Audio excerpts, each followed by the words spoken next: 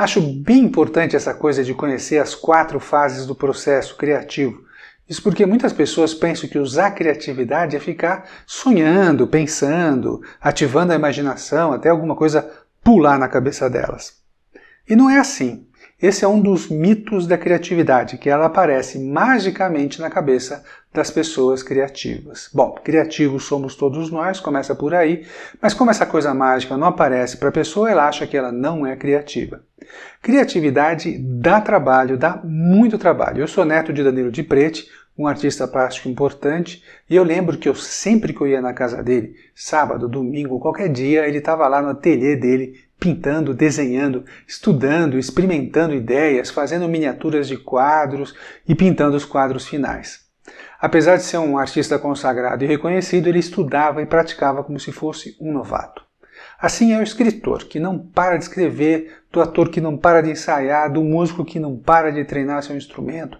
Assim somos nós, criativos comuns, que eu quero dizer com isso? Pessoas que não vivem do mercado da criatividade, tipo arquiteto, designer, pintor, mas que temos essa habilidade muito mal aproveitada. Conhecer as 4 fases da criatividade, do pensamento criativo, vai ajudar a usar mais essa habilidade. Mas de qualquer forma, você já deve ter reparado que de vez em quando te vem umas ideias nas horas mais estranhas, não? Às vezes é dirigindo, uma longa viagem, tomando banho, dando uma caminhada, você nem está pensando na coisa e aí vem uma ideia. Já aconteceu isso com você?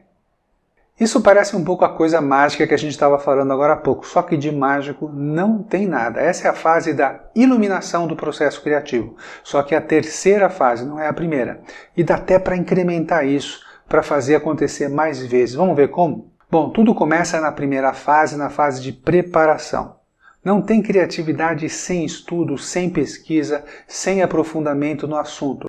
Lembra do meu avô? Pesquisa, pesquisa, pesquisa, estudo, ensaio, modelo. É uma fase de muito estudo, é o momento do pensamento divergente. Quanto mais ideias, melhor. Quanto mais opções, melhor.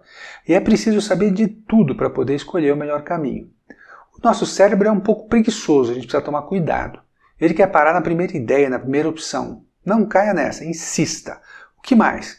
De que outra forma? O que eu não estou enxergando aqui? O que já foi feito a respeito? O que eu nem sei sobre isso? É a fase que tem a pesquisa do cliente, mapa de empatia, pesquisa de campo, análise de mercado, ou simplesmente vai lá na área que você vai mudar o processo e fica olhando o que eles fazem com aquilo que você vai mudar, como é que é a vida deles com aquele problema. É hora de você ler livros, sites, blogs, assistir vídeos do YouTube, do TED, é para ficar saturado de informações. Perguntas importantes aqui são: por quê, para quê e o que mais? Aí vem a fase da incubação. Agora chega, está na hora de começar a convergir. O processo criativo é do tipo pensamento divergente e convergente. Depois de divergir, a gente precisa começar a fechar, fazer a escolha. Mas antes disso, esquece um pouco o projeto, vai fazer outra coisa, para um pouco, faz outro projeto, deixa esse lá no fundo da sua cabeça para o seu cérebro trabalhar por você sem o crítico interno te dizendo que isso não funciona, que não vai dar certo, que não é bem assim, sem você ficar no controle racional de tudo.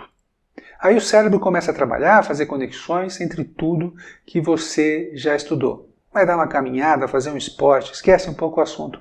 Deixa para o dia seguinte, se possível. Daí vem a iluminação, quando você realmente esqueceu o assunto, relaxou a mente, não está mais naquele foco total de estudo e de encontrar saídas, seu cérebro começa a te devolver as ideias. Se você ficar concentrado muito tempo forçando uma solução, é mais difícil encontrar algo. Quando você relaxa, a ideia vem.